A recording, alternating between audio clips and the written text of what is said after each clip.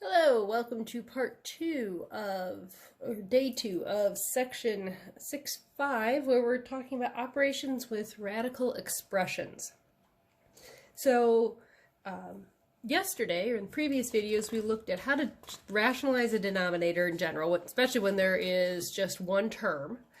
And we also looked at general simplification and even when there was stuff left underneath the radical. Well, today we're going to go through and look at doing different operations. We're going to add and subtract, multiply, and then divide.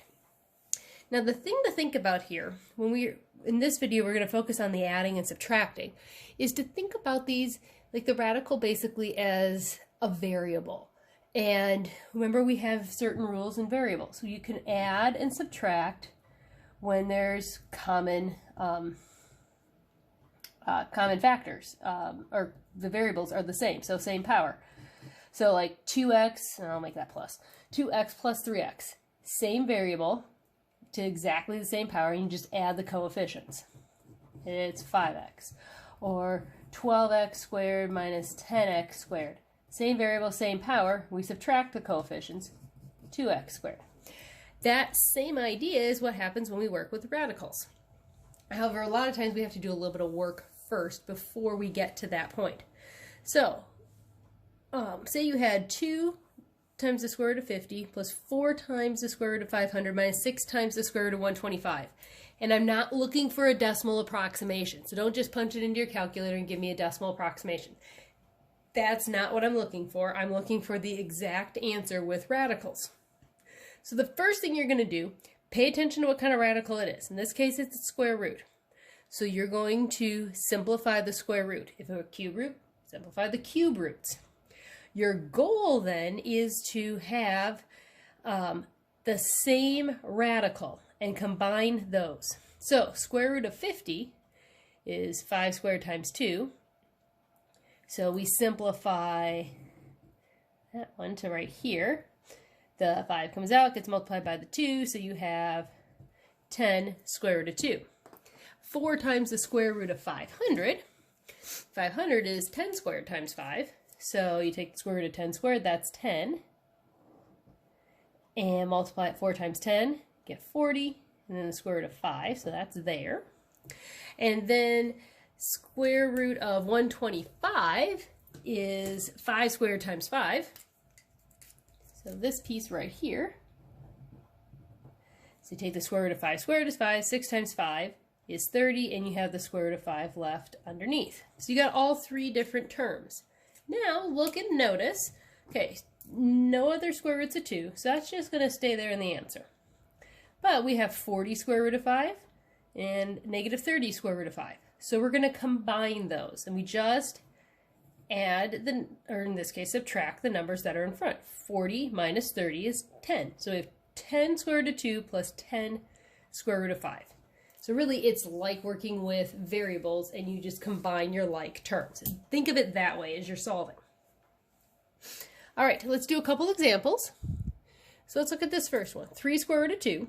Can't simplify that at all. Square root of 50 minus 4 square root of 8. Now, you can decide if you want to write it out like they did up here, or if you just want to do your simplifications and then rewrite the problem. So some of you might want to just, square root, so that's 25 and 2, 5 and 5. And just, that's what's going to, so you'll have 5 square root of 2. And here you'll have 4 and 2, 2 and 2. So 2 is what's the perfect square. And you'll have 4 times 2 square root of 2. Make sure you put that all together. And then you can just, if you want, do it like this. 3 square root of 2 plus 5 square root of 2 minus 8 square root of 2. Okay, that is one way. Or you can just kind of keep writing out the whole problem. Some people prefer to just deal with each radical, get it simplified, and then put it all back together. All right, now, in this case, what does this end up equaling? If you look, we got 3 plus 5 is 8. Minus 8. Oh, well, I guess we have 0 root 2, which equals 0. Sometimes that's going to happen. but not always. Obviously, we saw up above that does not always happen. Okay, let's try another example. Let's break down. We got square root of 20, square root of 125, square root of 45. Now, if I were you, I'd pay attention to how you simplified things in previous problems. So we had square root of 125 up here. Just use that here. So you know you're going to have 5 root 5.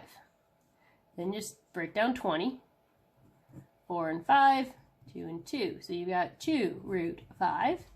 And 45, 9 and 5, 3 and 3, 3 root 5. Now we put them all together. 2 square root of 5 plus 5 square root of 5 minus 3 square root of 5. Follow order of operations, so go work left to right here.